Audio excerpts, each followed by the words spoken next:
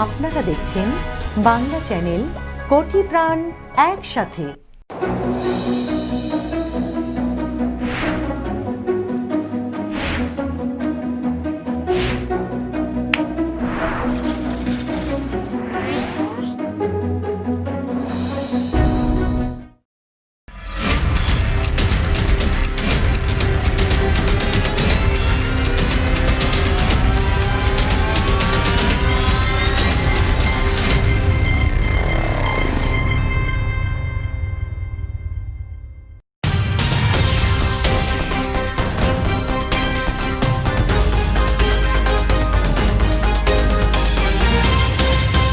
এখন দেখবেন বাংলা সংবাদ সৌজন্যে new Haque and sons, mega homes realty, রূপসী-বাংলা.us, খামারবাড়ি, attorney Moin Chowdhury law firm PC এবং নিউ ইয়র্ক ইন্স্যুরেন্স ব্রোকারেজ।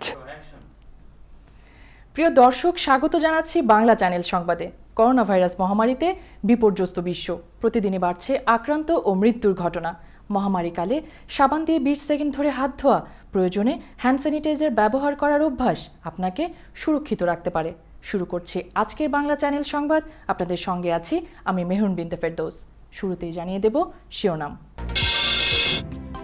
2 দশকের রেকর্ড ভেঙে নতুন জরিপেও এগিয়ে জো বাইডেন, আগাম ভোটে পিছিয়ে গেছেন ট্রাম্প। ভাগ্য নির্ধারণ সুইং স্টেটগুলোতে। ট্রাম্পের ঘাঁটি হিসেবে পরিচিত স্টেটগুলোতে শেষ মুহূর্তে জো বাইডেনের হানা, জরিপেও ডেমোক্রেটদের সুবাতাস। রিপাবলিকান স্টেটে জয় ডেমোক্রেটের দুঃস্বপ্ন, বলছে ট্রাম্প শিবির। 8 ব্যক্তি ও 1 প্রতিষ্ঠানকে স্বাধীনতা পুরস্কার দিলেন প্রধানমন্ত্রী শেখ হাসিনা। মুক্তিযোদ্ধাদের নামের আগে লিখতে হবে বীর, সরকারি গেজেট প্রকাশ। ফ্রান্সে গির্জার সামনে ছুরি হামলায় নিহত 3, হামলাকারী আটক। ইসলাম নিয়ে মন্তব্যের জেরে প্রেসিডেন্ট ম্যাক্রোর মুখে ডিম নিক্ষেপের ভিডিও ভাইরাল। এবং ক্ষেপণাস্ত্র হামলায় আজারবাইজানে 21 সাধারণ নাগরিকের মৃত্যু। পাল্টা আক্রমণে যুদ্ধ ময়দানে ট্যাঙ্ক, গোলা বারুদ ফেলে পালালো আর্মেনীয় বাহিনী। শুনছিলেন শিরোনাম, এবার বিস্তারিত। শুরুতেই যুক্তরাষ্ট্রের আসন্ন প্রেসিডেন্ট নির্বাচন প্রসঙ্গ। যুক্তরাষ্ট্রের প্রেসিডেন্ট নির্বাচনে নতুন জরিপেও এগিয়ে রয়েছেন ডেমোক্রেটিক পার্টির প্রার্থী জো বাইডেন। নির্বাচন ঘনিয়ে আসায় সম্প্রতি নতুন করে জরিপ চালায় সংবাদ মাধ্যম CNN এবং জরিপ সংস্থা SSRS। সেখানে উঠে এসেছে একই রকম চিত্র।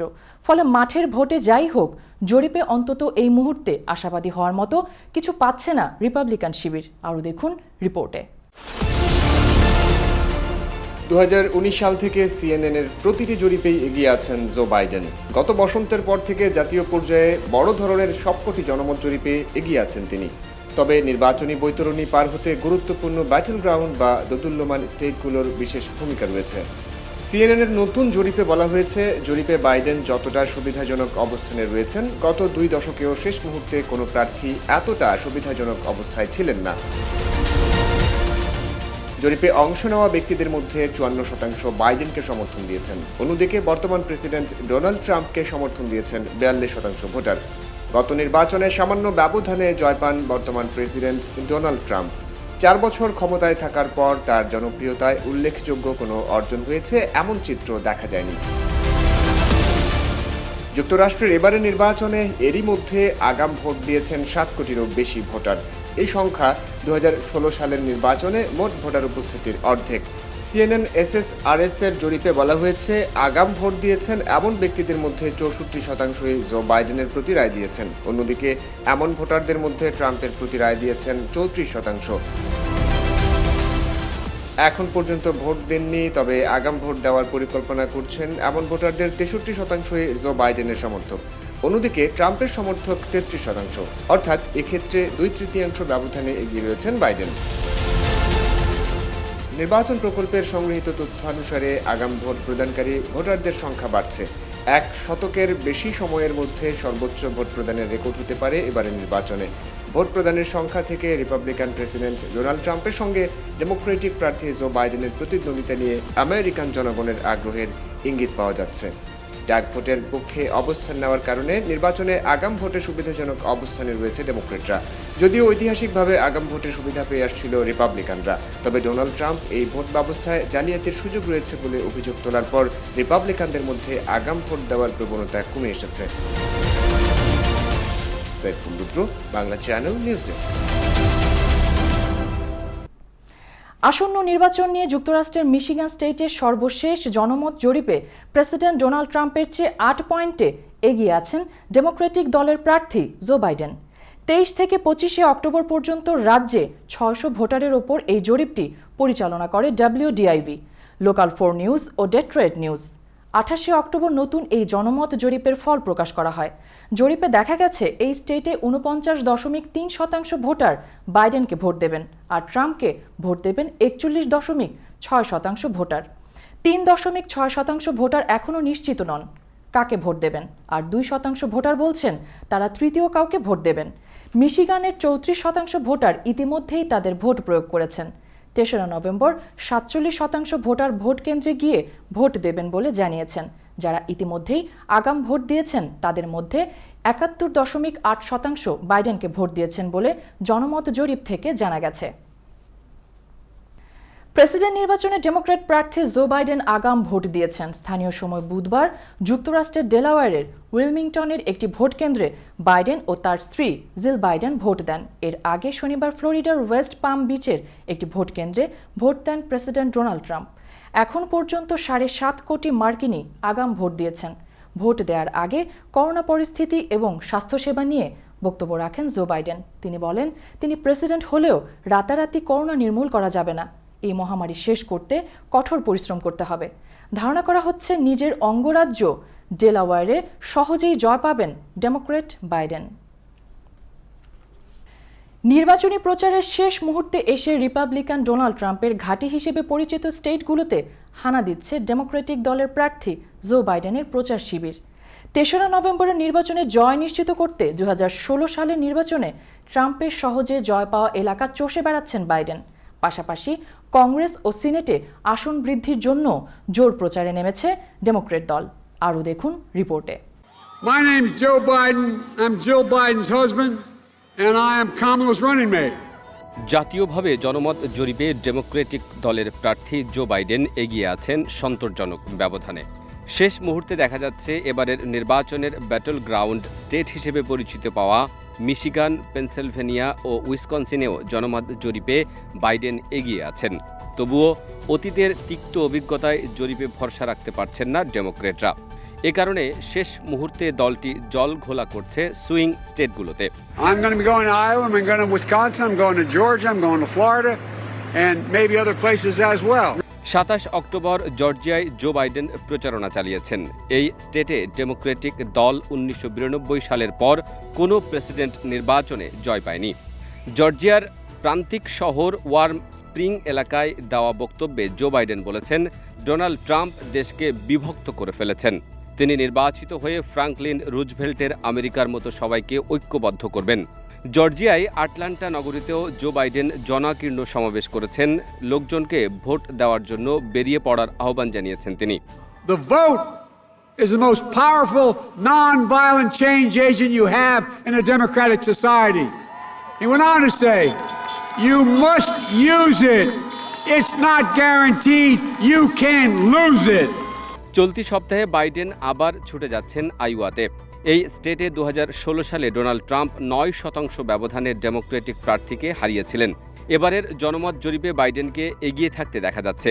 ডেমোক্রেটিক দলের ভাইস প্রেসিডেন্ট প্রার্থী কমলা হ্যারিস ছুটে যাচ্ছেন টেক্সাসে। রিপাবলিকান রাজ্য হিসেবে দীর্ঘদিনের পরিচিতি পাওয়া এই স্টেটেও দুই প্রার্থীর অবস্থান এখন সমানে সমান। জনমত জরিপেও দেখা যাচ্ছে এই স্টেটে প্রতিনিধি পরিষদে ডেমোক্রেটিক প্রার্থীরাও বেশ কয়েকটি আসনে এগিয়ে আছেন।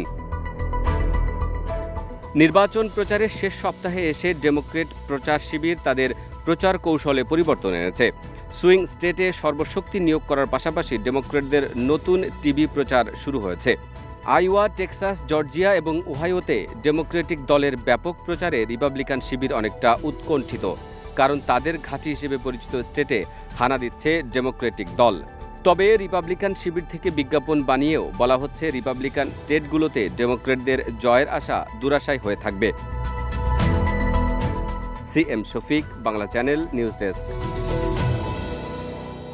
প্রেসিডেন্ট ডোনাল্ড ট্রাম্পের পক্ষে নির্বাচনী প্রচারণা চালিয়েছেন যুক্তরাজ্যের উগ্র ডানপন্থী রাজনীতিক নাইজেল ফারাজ। বুধবার ট্রাম্পকে সঙ্গে নিয়ে ব্যাটেল গ্রাউন্ড এবং দোদুল্যমান স্টেট হিসেবে পরিচিত অ্যারিজোনায় প্রচারণা চালান ফারাজ। সেখানে দেওয়া ভাষণে তিনি বলেন, আমার জীবনে দেখা সবচেয়ে প্রাণবন্ত ও সাহসী মানুষ হচ্ছেন ডোনাল্ড ট্রাম্প। নাইজেল ফারাজ বলেন, 4 বছর আগে আমার আমেরিকা আসার সুযোগ হয়েছিল। 2016 সালের জনমত জরিপগুলো ট্রাম্পের কাছে মার খেল। তিনি যাবতীয় ভবিষ্যৎবাণী ভুল প্রমাণ করলেন। ওই ঘটনার জন্য তারা তাকে কখনো ক্ষমা করেনি। এ সময় উগ্রপন্থী ফারাজকে ইউরোপের রাজা উপাধি দিয়ে বক্তব্য দেন প্রেসিডেন্ট ট্রাম্প। জনমত জরিপে অ্যারিজোনায় সামান্য ব্যবধানে ট্রাম্পের চেয়ে এগিয়ে আছেন ডেমোক্রেটিক পার্টির প্রার্থী জো বাইডেন। বুধবার একই স্টেটে নির্বাচনী প্রচারণা চালান জো বাইডেনের রানিং মেট কমলা হ্যারিস। পুলিশের গুলিতে কৃষ্ণাঙ্গ নিহত হওয়ার জেরে শুরু হওয়া বিক্ষোভ নিয়ন্ত্রণে যুক্তরাষ্ট্রের ফিলাডেলফিয়া শহরে কারফিউ জারি করা হয়েছে। স্থানীয় সময় বুধবার রাত 9টা থেকে বৃহস্পতিবার ভোর 6টা পর্যন্ত এই কারফিউ জারি করা হয়। তবে কারফিউ জারি করলেও বিক্ষোভ চালিয়ে যান সেখানকার আন্দোলনকারীরা। এতে কারফিউ ভঙ্গ করায় কয়েকজনকে গ্রেফতারও করা হয়েছে। সোমবার পুলিশের গুলিতে কৃষ্ণাঙ্গ তরুণ ওয়াল্টার ওয়ালেস নিহত হন। পুলিশের দাবি, তার হাতে ধারালো অস্ত্র ছিল। তাকে আত্মসমর্পণ করতে বলা হলেও সে তা করেনি। তবে পরিবার জানিয়েছে মানসিকভাবে অসুস্থ ছিলেন ওয়ালেস। এই ঘটনায় ন্যায় বিচার চেয়ে সোমবারই রাস্তায় নেমে আসে বিক্ষোভকারীরা। মঙ্গলবার রাতভর পুলিশের সঙ্গে তাদের সংঘর্ষ হয়। বুধবার সকাল পর্যন্ত চলে তা। চালানো হয় লুটপাট। মানবাধিকার লঙ্ঘন ও বিচার বহির্ভূত হত্যাকাণ্ডের অভিযোগে বাংলাদেশের র্যাপিড অ্যাকশন ব্যাটালিয়ন র্যাবের শীর্ষ কর্মকর্তাদের উপর নিষেধাজ্ঞা আরোপের দাবি জানিয়ে যুক্তরাষ্ট্র সরকারকে চিঠি দিয়েছে একদল সিনেটর। সিনেটের পররাষ্ট্র বিষয়ক কমিটির সদস্য ডেমোক্রেট দলের বব মেনেন্দেজ ও রিপাবলিকান সিনেটর টড ইয়াংয়ের সঙ্গে senator Ben Cardin, Cory Gardner, Jeanne Shaheen, Marco Rubio, Chris Murphy, Chris Coons, Jeff Merkley ও করি বুকার ওই চিঠিতে স্বাক্ষর করেছেন। তবে র্যাবের পক্ষ থেকে অভিযোগ অস্বীকার করে বরাবরের মতোই বলা হয়েছে তারা সব কাজ আইন মেনেই করে। পররাষ্ট্রমন্ত্রী মাইক পম্পেও ও অর্থমন্ত্রী স্টিভেন মানুচিনকে লেখা সিনেটরদের ওই চিঠিতে বলা হয় 2015 সালের পর থেকে 400রও বেশি বিচার বহির্ভূত হত্যার অভিযোগ রয়েছে বাংলাদেশের এই এলিট বাহিনীর বিরুদ্ধে। এবার করোনা ভাইরাস প্রসঙ্গ। করোনা ভাইরাসের কারণে ফ্রান্সের দ্বিতীয়বার 1 মাসের জন্য জাতীয় লকডাউন ঘোষণা করেছেন দেশটির প্রেসিডেন্ট এমানুয়েল ম্যাক্রো। শুক্রবার থেকে শুরু হওয়া নতুন পদক্ষেপ সম্পর্কে তিনি বলেছেন, লোকদের কেবল প্রয়োজনীয় কাজ বা চিকিৎসার কারণে বাড়ির বাইরে যেতে দেওয়া হবে। প্রেসিডেন্ট ম্যাক্রো বলেছেন, রেস্তোরাঁ এবং বারের মতো অপ্রয়োজনীয় সকল ধরনের ব্যবসা বন্ধ থাকবে, তবে স্কুল এবং কারখানাগুলো উন্মুক্ত থাকবে। এছাড়া মার্চ মাসের প্রাথমিক লকডাউনে যেমন প্রয়োজন ছিল তেমনই লোকদের বাড়ির বাইরে যাওয়ার জন্য একটি ফর্ম পূরণ করে বাইরে যেতে হবে। এপ্রিলের পর থেকে ফ্রান্সে করোনা ভাইরাসের দৈনিক মৃত্যু সর্বোচ্চ স্তরে রয়েছে। মঙ্গলবার 33,000 জন নতুনভাবে শনাক্ত হয়েছেন বলে নিশ্চিত করেছে দেশটির স্বাস্থ্য বিভাগ। এবার বাংলাদেশ প্রসঙ্গ। 8 বিশিষ্ট ব্যক্তি ও এক প্রতিষ্ঠানকে চলতি বছরের স্বাধীনতা পুরস্কার দেওয়া হয়েছে। বৃহস্পতিবার সকালে রাজধানীর ওসমানী স্মৃতি মিলনায়তনে প্রধানমন্ত্রী শেখ হাসিনার পক্ষে মুক্তিযুদ্ধ বিষয়ক মন্ত্রী আ.ক.ম মোজাম্মেল হক পুরস্কারে ভূষিতদের হাতে পদক তুলে দেন। প্রধানমন্ত্রী গণভবন থেকে ভিডিও কনফারেন্সের মাধ্যমে অনুষ্ঠানে অংশ নেন। এবছর পুরস্কার পেয়েছেন স্বাধীনতা ও মুক্তিযুদ্ধের জন্য বস্ত্র ও পাটমন্ত্রী গোলাম দস্তগীর, গাজী বীর প্রতীক, প্রয়াত কমান্ডার অবসরপ্রাপ্ত আব্দুর রৌফ, প্রয়াত মোহাম্মদ আনোয়ার পাশা ও আজিজুর রহমান। চিকিৎসাবিদ্যায় অধ্যাপক ডাক্তার মোহাম্মদ ওবায়দুল কবির চৌধুরী ও অধ্যাপক ডাক্তার এ.কে.এম.এ মুক্তাদির, সংস্কৃতিতে কালীপদ দাস ও ফেরদৌসী মজুমদার পুরস্কার পেয়েছেন। এছাড়া শিক্ষায় অবদানের স্বীকৃতি হিসেবে টাঙ্গাইলের মির্জাপুরের ভারতেশ্বরী হোমস এবার স্বাধীনতা পুরস্কার পেয়েছে। স্বাধীনতা পুরস্কার বাংলাদেশের সর্বোচ্চ রাষ্ট্রীয় বেসামরিক পুরস্কার। 26শে মার্চ স্বাধীনতা দিবস উপলক্ষে সরকার 1977 সাল থেকে প্রতি বছর এই পুরস্কার দিয়ে আসছে। এখন থেকে মুক্তিযোদ্ধাদের নামের আগে বীর শব্দটি অবশ্যই লিখতে হবে। বীর ব্যবহারের বিধান করে গেজেট প্রকাশ করেছে মুক্তিযুদ্ধ বিষয়ক মন্ত্রণালয়। গেজেটে বলা হয়েছে, বাংলাদেশ মুক্তিযোদ্ধা কল্যাণ ট্রাস্ট আইন এই মুক্তিযোদ্ধাদের বীর মুক্তিযোদ্ধা হিসেবে সংজ্ঞায়িত করা হয়েছে। এই আইনের সঙ্গে সংগতি রেখে এবং একাদশ জাতীয় সংসদের মুক্তিযুদ্ধ বিষয়ক মন্ত্রণালয় সম্পর্কিত স্থায়ী কমিটির 13তম বৈঠকের সিদ্ধান্ত অনুযায়ী সব ক্ষেত্রে বীর মুক্তিযোদ্ধাদের নামের আগে বীর শব্দটি ব্যবহার করতে হবে। এই আদেশ অনতিবিলম্বে কার্যকর হবে বলে গ্যাজেটে উল্লেখ করা হয়েছে। নিচ্ছি ছোট্ট একটি বিরতি, ফিরে এসে থাকছে। ফ্রান্সে গির্জার সামনে ছুরি হামলায় নিহত 3, হামলাকারী আটক। ইসলাম নিয়ে মন্তব্যের জেরে প্রেসিডেন্ট ম্যাক্রোর মুখে ডিম নিক্ষেপের ভিডিও ভাইরাল। আমেরিকার সকল বাংলাদেশি ব্যবসায়ী ভোক্তা সমাজের প্রতি নিবেদন, স্কয়ার ফুড অ্যান্ড বেভারেজ লিমিটেডের পণ্য সামগ্রী রাঁধুনি, রুচি ও চাষি ব্র্যান্ডের একমাত্র বৈধ আমদানিকারক এবং সরবরাহকারী নিউ হক অ্যান্ড সন্স। স্কয়ারের পণ্য সামগ্রী যুক্তরাষ্ট্রেই আমরা একমাত্র পরিবেশক। বাংলাদেশি কিছু অসাধু ব্যবসায়ী খুচরা বাজার থেকে মেয়াদোত্তীর্ণ পণ্য সরবরাহ করছে, তাই যুক্তরাষ্ট্রের সকল ব্যবসায়ী ভোক্তাদের অনুরোধ করা যাচ্ছে পণ্য ক্রয়ের পূর্বে new Haque and sons coding করা দেখে কিনুন। State Senator John Liu here. You know, we have a very important election on November 3rd, and we need everybody in the community to come out to vote. 3রা November যুক্তরাষ্ট্রের president নির্বাচন। আপনার vote oh সিদ্ধান্তে নির্ধারিত হবে আগামীর যুক্তরাষ্ট্র। Vote দিন, জাতীয় নীতি নির্ধারণে আপনার অধিকার প্রয়োগ করুন। ভোট অবশ্যই দিতে যাবেন, কারণ ভোট হলো আমাদের ন্যায্য প্রাপ্ত অধিকার। ভোটের মাধ্যমে আমাদের অধিকার আদায় করতে হবে। এবারও পাচ্ছেন বাংলায় ballot. The Bangladeshi American community here in Queens and in the New York area is becoming bigger and better and stronger than before. In many parts of the community, the ballot will be available in Bangladeshi as well. মনে রাখবেন, আপনার ভোটটি অত্যন্ত মূল্যবান। প্রবাস কমিউনিটিতে নিজেদের গুরুত্ব বাড়ান, স্বতঃস্ফূর্তভাবে ভোটাধিকার প্রয়োগ করুন, পছন্দের প্রার্থী বেছে নিন। This is a national election like we have never seen before. So please, be counted, make a difference, get out there and vote. Our community, our future depends on your vote. Thank you. Dhondavat. জনস্বার্থে জন লু, new York state senator.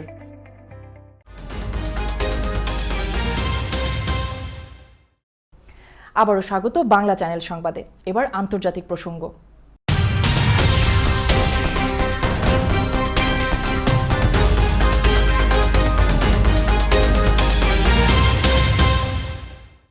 ফ্রান্সের নিস শহরে ছুরি হামলায় 3 ব্যক্তি নিহত হয়েছেন। এ সময় বেশ কয়েকজন আহত হয়েছেন। হামলাকারীকে আটক করেছে আইন শৃঙ্খলা বাহিনী সদস্যরা। বৃহস্পতিবার সকালে এই হামলার ঘটনা ঘটে। মেয়র ক্রিটিয়ান অ্যাস্ট্রোসি এক টুইট বার্তায় জানিয়েছেন, স্থানীয় সময় বৃহস্পতিবার সকালে নিস শহরের নটরডেম গির্জার কাছে ছুরি নিয়ে হামলা চালায় অজ্ঞাত এক ব্যক্তি। সন্দেহভাজন হামলাকারীকে আটকের কথাও জানিয়েছেন তিনি। হামলার ঘটনায় ওই এলাকা এড়িয়ে চলার নির্দেশ দিয়েছে প্রশাসন। পুরো এলাকা নিরাপত্তার চাদরে ঢেকে ফেলেছে নিরাপত্তা বাহিনী। এই ঘটনায় করণীয় নিয়ে জরুরি বৈঠকে ডেকেছে ফ্রান্সের স্বরাষ্ট্রমন্ত্রী। মহানবী সাল্লাল্লাহু আলাইহি সাল্লামের ব্যঙ্গচিত্র প্রকাশের সমর্থন এবং ইসলাম ধর্ম নিয়ে কটূক্তির কারণে বিশ্বব্যাপী ব্যাপক সমালোচনার মুখে পড়েছেন ফ্রান্সের প্রেসিডেন্ট এমানুয়েল ম্যাক্রো। মুসলিমরা তো বটেই, অন্য ধর্মের শান্তিপ্রিয় মানুষেরাও ধর্মীয় সহিংসতাকে উস্কে দেয় এই নেতার প্রতি তীব্র নিন্দা জানিয়েছেন। বিশ্বজুড়ে এমন তোপের মধ্যেই সামাজিক যোগাযোগ মাধ্যমে ভাইরাল হয়েছে ফরাসি প্রেসিডেন্টের মুখে ডিম নিক্ষেপের একটি ভিডিও। আরও দেখুন রিপোর্টে। শুধু ইসলাম ধর্মের অনুসারী নয়, ইসলাম নিয়ে প্রেসিডেন্ট ম্যাক্রোর বিতর্কিত বক্তব্যে বিক্ষোভ করেছেন খ্রিস্টান ধর্মের অনুসারীরাও। প্রায় প্রতিদিনই কোথাও না কোথাও চলছে ম্যাক্রো বিরোধী বিক্ষোভ। অনেক দেশেই পোড়ানো হয়েছে ফ্রান্সের জাতীয় পতাকা ও ম্যাক্রোর কুশপুতুল।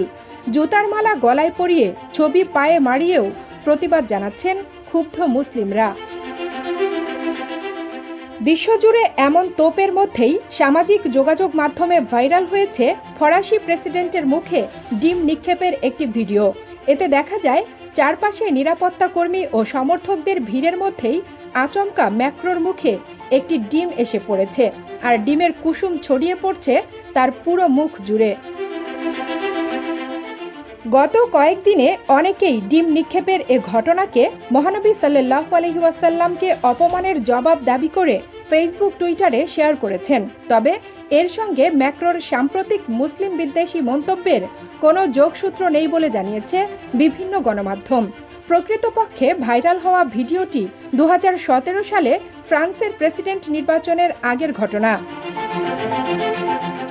2017 সালের মার্চে প্যারিসে আয়োজিত একটি কৃষি প্রদর্শনীতে এক বিক্ষোভকারীর হাতে ডিম হামলার শিকার হয়েছিলেন Emmanuel macro.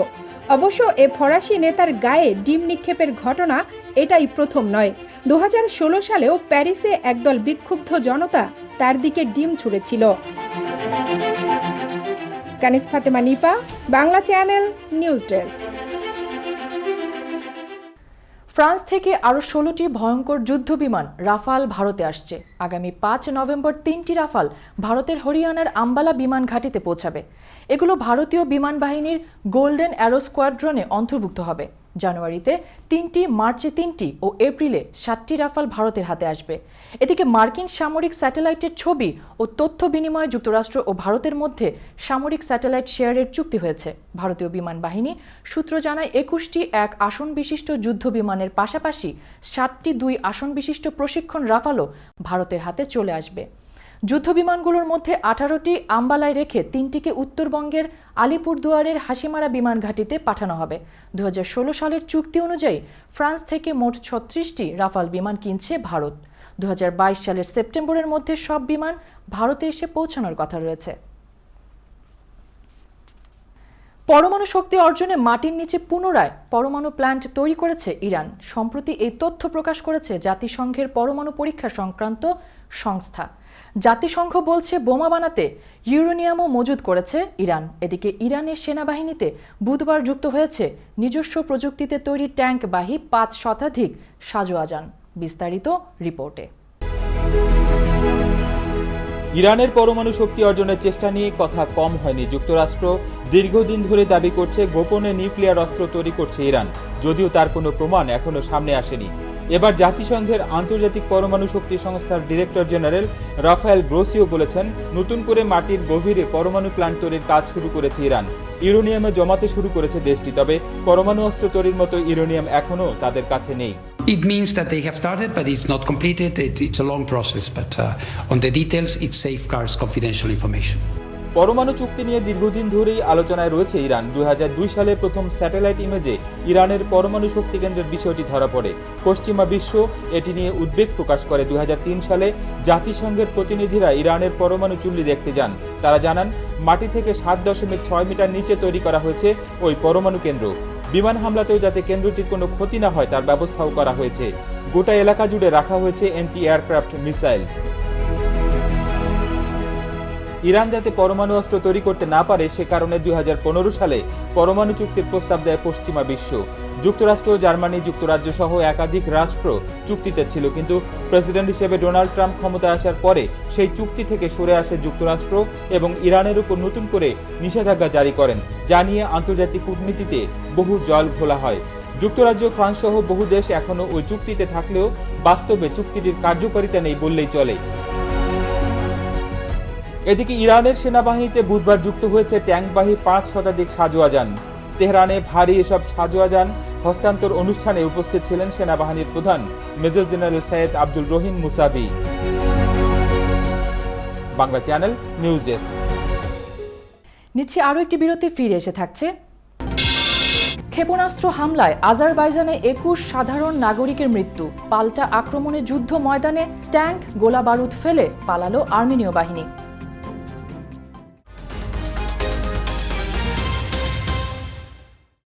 Mega homes realty, স্বপ্ন আপনার, দায়িত্ব আমাদের।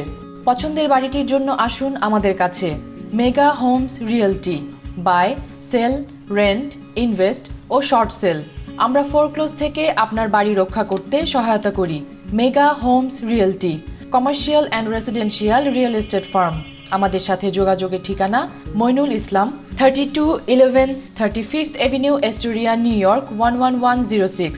টেলিফোন 9175354131। Email moinul4@gmail.com। নিরাপত্তা নিয়ে উদ্বিগ্ন?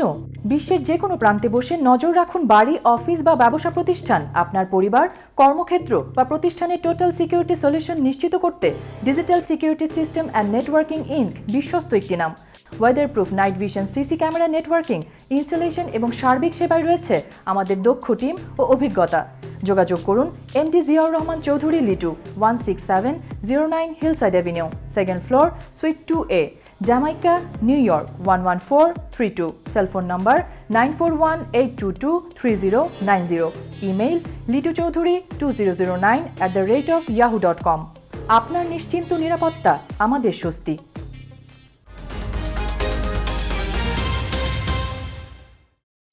আবারও স্বাগত বাংলা চ্যানেল সংবাদে। বিরোধপূর্ণ নাগোর্নো কারাবাখ অঞ্চলে ক্ষেপণাস্ত্র হামলায় 21 সাধারণ নাগরিকের মৃত্যু হয়েছে। ওই হামলায় আরও বহু মানুষ আহত হয়েছে। আজারবাইজান অভিযোগ করেছে আর্মেনিয়া থেকে হামলা চালানো হয়েছে। এদিকে গুবাদলিতে আজারবাইজানের আক্রমণের মুখে ট্যাঙ্ক গোলাবারুদ ফেলে পালিয়েছে আর্মেনীয় বাহিনী। আরও দেখুন রিপোর্টে। যুক্তরাষ্ট্র ও রাশিয়ার হস্তক্ষেপে 3 দফা যুদ্ধবিরতির পরও থামছে না আজারবাইজান আর্মেনিয়ার যুদ্ধ। বুধবার আর্মেনিয়ার ক্ষেপণাস্ত্র হামলায় আজারবাইজানের 21 জনের মৃত্যু হয়েছে। তবে ওই হামলার কথা অস্বীকার করেছে আর্মেনিয়া। আজারবাইজান বলছে বার্দা জেলায় হামলায় বহু বেসামরিক হতাহত হয়েছে। আজারবাইজান বলছে আর্মেনিয়া বাহিনী বার্দায় স্মার্ট মিসাইল নিক্ষেপ করেছে। প্রসিকিউটরের কার্যালয় জানিয়েছে একটি জনবহুল এলাকায় ক্ষেপণাস্ত্র হামলা চালানো হয়েছে। এতে কমপক্ষে 21 বেসামরিক নিহত হয়েছে, আহত হয়েছে আরও কমপক্ষে 70 জন। এদিকে নাগোর্নো কারাবাখ অঞ্চলের গুবাদলিতে আজারবাইজানের আক্রমণের মুখে ট্যাঙ্ক গোলা ফেলে পালিয়েছে আর্মেনীয় বাহিনী। যুদ্ধক্ষেত্রে আর্মেনীয়দের ফেলে যাওয়া সামরিক সরঞ্জামাদির একটি ভিডিও প্রকাশ করেছে আজেরি সংবাদ মাধ্যম আজ ভিশন। এদিকে রোববার ইরান জানিয়েছে আর্মেনিয়া এবং আজারবাইজানের সীমান্তে তারা সেনার সংখ্যা কয়েকগুণ বৃদ্ধি করেছে। ইরান যাতে দুই দেশের যুদ্ধে ক্ষতিগ্রস্ত না হয় সেজন্যই এই ব্যবস্থা। এর আগে ইরান দাবি করেছিল দু দেশের গোলায় বিধ্বস্ত হয়েছে ইরানের সীমান্তবর্তী একটি অঞ্চল। Abuzar Al Gifari, Bangla channel news desk. এবার প্রবাস সংবাদ।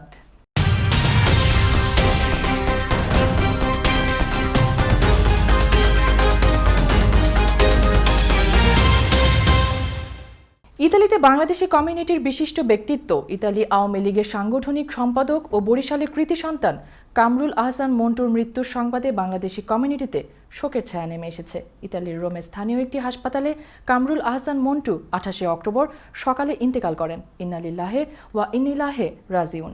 তিনি শারীরিকভাবে অসুস্থতা সহ করোনা ভাইরাসে আক্রান্ত হয়ে দীর্ঘদিন হাসপাতালের আইসিইউতে চিকিৎসাধীন ছিলেন।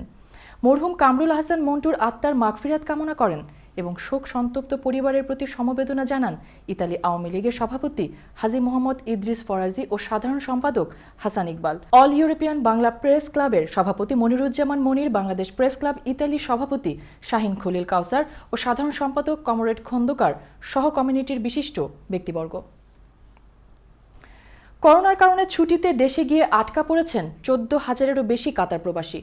শর্ত সাপেক্ষে কাতারে ফিরে আসার পদ্ধতি চালু থাকলেও এখনও রি-এন্ট্রি পারমিশন পাননি অধিকাংশ প্রবাসী। ফলে অনেকের ব্যবসা বাণিজ্য এবং চাকুরি যায় অবস্থা। বাংলাদেশ দূতাবাস নানানভাবে চেষ্টা চালালেও আরও বড় পরিসরে আলোচনার দাবি জানিয়েছেন প্রবাসীরা। দেখুন কাতার থেকে প্রতিনিধি কাজী শামীমের পাঠানো প্রতিবেদন। আমার কাতারের 45 মিলিয়ন ইউএস ডলার আমার ইনভেস্ট আছে। কাতার প্রবাসী ব্যবসায়ী মোহাম্মদ ওমর ফারুক বাংলাদেশের চট্টগ্রামের বাসিন্দা। তিনি দীর্ঘ 42 বছর ধরে কাতারে ব্যবসার সাথে যুক্ত। কাতারে বাংলাদেশিদের মধ্যেই একমাত্র তিনি 2টি বেসরকারি হাসপাতালের মালিক। এছাড়াও তার আরও 21টির মতো বিভিন্ন ব্যবসা প্রতিষ্ঠানে বিনিয়োগ রয়েছে প্রায় 50 মিলিয়ন ডলারের। প্রবাসী এই ব্যবসায়ী বাংলাদেশ থেকে ঔষধ আমদানি করতে গিয়ে করোনার কারণে দীর্ঘ 8 মাস দেশে আটকা পড়ে আছেন। শর্ত সাপেক্ষে যাওয়ার আবেদন করলেও বয়সের কারণে অনুমতি মেলেনি। এমন অবস্থায় তার ব্যবসা প্রতিষ্ঠান বাঁচানোই মুশকিল হয়ে পড়েছে। দ্রুত কাতার ফিরতে বাংলাদেশ সরকারের সহযোগিতা চান এই প্রবাসী। প্রবাসী কল্যাণ মন্ত্রী মহোদয় এবং পররাষ্ট্র মন্ত্রী মহোদয় জরুরি হস্তক্ষেপের কামনা করছি। দয়া করে আমাকে কাতারে ফিরে যেতে সহযোগিতা করুন। আমার এবং আমার গড়ে তোলা আমার ব্যবসা প্রতিষ্ঠানগুলো বাঁচান। বাংলাদেশি প্রতিষ্ঠান আল জাইম পলিক্লিনিকের কর্ণধার কাতারে উপস্থিত না থাকায় বিপাকে পড়েছে 200-এরও বেশি প্রবাসী বাংলাদেশি কর্মী। শুধু এই প্রতিষ্ঠান নয়, কাতারে বিনিয়োগ করা অনেক ব্যবসায়ী ও চাকরিজীবী ছুটিতে দেশে গিয়ে এখন চরম বিপাকে পড়েছেন। ওনার অবর্তমানে আমাদের ওনার প্রতিষ্ঠানের ধারাবাহিকতা ব্যবসায়িক প্রতিষ্ঠান চালানোটা অনেক দুর্বিষহ হয়ে যাচ্ছেন। বাংলাদেশ সরকারের কাছে বিনীত অনুরোধ জানাবো এবং সাথে সাথে কাতার দূতাবাসকেও বিনীত অনুরোধ জানাবো যাতে আমাদের ম্যানেজিং ডাইরেক্টর আলহাজ ওমর ফারুক সাহেবের কাতার ফিরিয়ে আসার ব্যাপারে সার্বিক সহায়তা করে ওনার আসার ব্যাপারটা যাতে সহজ করে দেন। প্রবাসী বাংলাদেশির বিপুল বিনিয়োগে গড়ে ওঠা কাতার আল জাইম পলিক্লিনিকে পরিদর্শন করেছেন দূতাবাসের শ্রম কাউন্সিলর ডক্টর মোহাম্মদ মুস্তাফিজুর রহমান। তিনি জানান, ওই ব্যবসায়ী সহ দেশে আটকে পড়াদের ফেরত আনতে দূতাবাস চেষ্টা চালিয়ে যাচ্ছে। কাতার সরকার বলেছে যে কতগুলো প্রায়োরিটি নির্ধারণ করে ক্রাইটেরিয়ার ভিত্তিতে আপনার পারমিটটা দেওয়া হবে। তো হয়তো ওনার বয়স বিবেচনায় হয়তো এখনো পারমিটটা উনি পায়নি, বাট আমরা আশা করি যে অচিরে হয়তো উনি এটি পাবেন এবং উনি কাতারে এসে পুনরায় ব্যবসা আরম্ভ করতে পারবেন। এবং আমাদের দূতাবাসের তরফ থেকে মাননীয় রাষ্ট্রদূত মহোদয়ের নেতৃত্ব এবং নির্দেশনায় আমরা সর্বাত্মক সহযোগিতা করছি এবং সহযোগিতা করে যাব। দেশে আটকে পড়া প্রবাসীরা কর্মস্থলে ফিরতে পররাষ্ট্র মন্ত্রণালয় সহ সরকারের উচ্চ মহলের হস্তক্ষেপ এবং আলোচনার দাবি জানিয়েছেন। Toma Chowdhury, Bangla channel, news desk. কাতারে বাংলাদেশিদের মালিকানাধীন প্রতিষ্ঠান টপ কলিং ট্রেডিং কোম্পানির এয়ার কন্ডিশন অ্যান্ড রিফার ও স্পেয়ার পার্টস দোকান উদ্বোধন করা হয়েছে। কাতারের রাজধানী দোহা আল মানচুরা মেট্রো রেল স্টেশন এরিয়ায় এই দোকান উদ্বোধন করা হয়। প্রতিষ্ঠানটির স্বত্বাধিকারী কাতার প্রবাসী বাংলাদেশি ব্যবসায়ী ইকবাল হোসেন। এ সময় আরও উপস্থিত ছিলেন কাতারস্থ বাংলাদেশ কমিউনিটি নেতা মোজাম্মেল হোসেন সোহাগ, রাকিব হোসেন হৃদয়, সাইফুল ইসলাম, আব্দুল আওয়াল, মোজাম্মেল হোসেন, আলমগীর হোসেন, আব্দুল ওহাব প্রমুখ। উদ্বোধন শেষে দেশ, জাতি ও মুসলিম উম্মায়ের সুখ, শান্তি ও সমৃদ্ধি কামনা করে বিশেষ মোনাজাত করা হয়। এবার খেলার সংবাদ।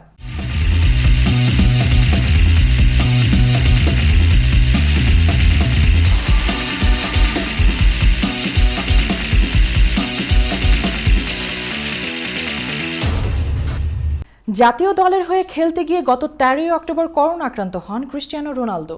এরপর ইতালিতে ফিরে আইসোলেশনে আছেন। শরীরে কোনো উপসর্গ না থাকলেও করোনাকে কিছুতেই বাগে আনতে পারছেন না জুভেন্টাসের পর্তুগিজ ফরওয়ার্ড। মঙ্গলবার রাতে তার সবশেষ করোনা পরীক্ষার ফলও পজিটিভ এসেছে। ফলে কাল রাতে চ্যাম্পিয়ন্স লিগে মেসির বার্সেলোনার বিপক্ষে খেলা হয়নি রোনালদোর।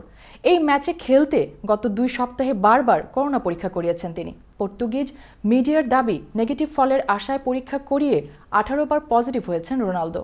এখন মেসির সঙ্গে সাক্ষাতের জন্য আগামী 8 ডিসেম্বর পর্যন্ত অপেক্ষা করতে হবে তাকে। এবার সংস্কৃতি সংবাদ।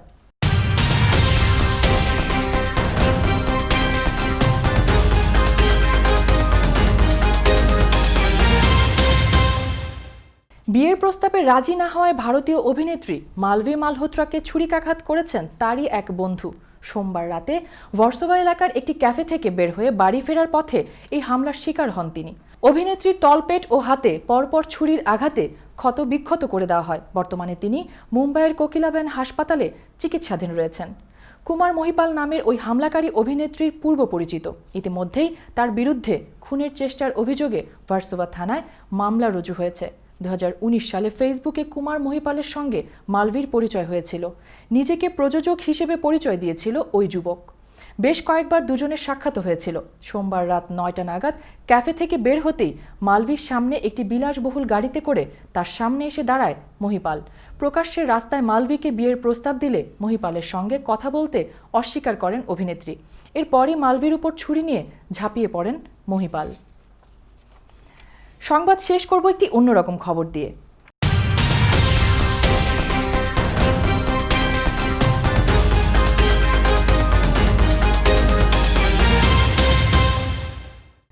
কথায় বলে once in a blue moon, অর্থাৎ বিরল ঘটনা। আর এবার সেই ব্লু মুনই দেখা যাবে আকাশে। আগামী 31 অক্টোবরই ঘটবে সেই বিরল ঘটনা, তাও আবার হ্যালোউইনের রাতে। এই কারণে এই ব্লু মুনকে হান্টার মুনও বলা হচ্ছে। আরও দেখুন রিপোর্টে। ব্লু মুন কিন্তু আসলে নীল চাঁদ নয়। আসলে একই মাসে দুবার পূর্ণিমার চাঁদ দেখা গেলে তাকেই বলা হয় ব্লু মুন। তবে এদিন আকাশে মেঘ না থাকলে জ্যোৎস্না প্লাবনের মতো ছড়িয়ে পড়ে পৃথিবীতে। গত 1 অক্টোবর ইতিমধ্যেই ফুলমুন বা পূর্ণচন্দ্র দেখা গিয়েছে। আর আবারও 31 অক্টোবর দেখা যেতে চলেছে ফুলমুন বা পূর্ণচন্দ্র। আর এই আশ্চর্য মহাজাগতিক ঘটনা যখন ঘটে, অর্থাৎ আকাশে একই মাসে যখন দুবার পূর্ণচন্দ্র বা ফুলমুন দেখা যায়, তখন দ্বিতীয় চন্দ্রটিকে বলা হয় ব্লু মুন। 2018 সালে শেষবার দেখা গিয়েছিল ব্লু মুন। তবে এবছর 31 অক্টোবর যদি আপনি ব্লু মুন বা পূর্ণচন্দ্র দেখতে মিস করেন, তাহলে কিন্তু আরও বেশ কয়েক বছর অপেক্ষা করতে হবে। আবার হ্যালোউইনের রাতে ব্লু মুন হলে তাকে বলা হয় হান্টার মুন। এবার সেটাই হতে চলেছে। সুতরাং 31শে অক্টোবর আকাশের দিকে এক পলক তাকাতে ভুলবেন না কিন্তু। মেহরুন বিনতে Ferdous, Bangla channel, news desk. এই ছিল বাংলা চ্যানেল সংবাদের শেষ করার আগে শিরোনামগুলো জানিয়ে দিচ্ছি আরও একবার। 2 দশকের রেকর্ড ভেঙে নতুন জরিপেও এগিয়ে জো বাইডেন, আগাম ভোটে পিছিয়ে গেছেন ট্রাম্প, ভাগ্য নির্ধারণ সুইং স্টেটগুলোতে।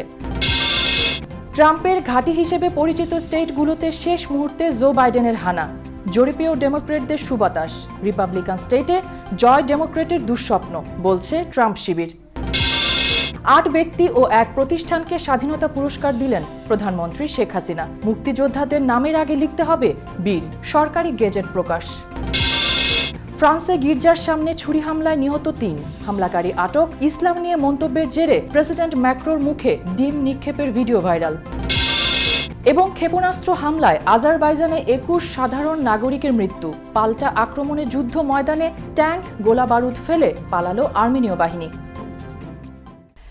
নিয়মিত বাংলা চ্যানেল দেখতে চোখ রাখুন ফেসবুক, ইনস্টাগ্রাম, টুইটার ও ইউটিউব চ্যানেলে, অথবা লগ অন করুন www.banglachannel24.com এ। দর্শক, মহামারী করোনা ভাইরাসের সময় সুরক্ষিত থাকতে 20 সেকেন্ড ধরে হাত ধোয়ার অভ্যাস চালু রাখুন। প্রয়োজনে হ্যান্ড স্যানিটাইজার ব্যবহার করুন। বাইরে গেলে অবশ্যই নিজের সুরক্ষায় মাস্ক ব্যবহার করুন। সুস্থ থাকুন, বাংলা চ্যানেলের সঙ্গেই থাকুন।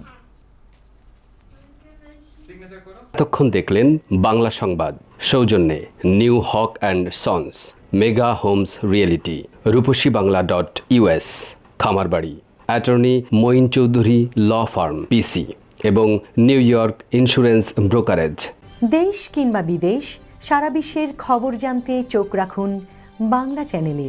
শুধু টিভি স্ক্রিনে নয়, চলার পথে সব খবর জানতে কম্পিউটার অথবা স্মার্ট ডিভাইসে লগ ইন করুন banglaChannel24.com। খবর, বিনোদন, খেলাধুলা, বিজ্ঞান, তথ্য প্রযুক্তি, সংস্কৃতি জগতের নানান অনুষ্ঠান, সংবাদ, টক শো সবই আপনার হাতের মুঠোয়। আপনার মোবাইল ফোনে ডাউনলোড করুন Bangla channel app. Bangla channel, কোটি প্রাণ একসাথে।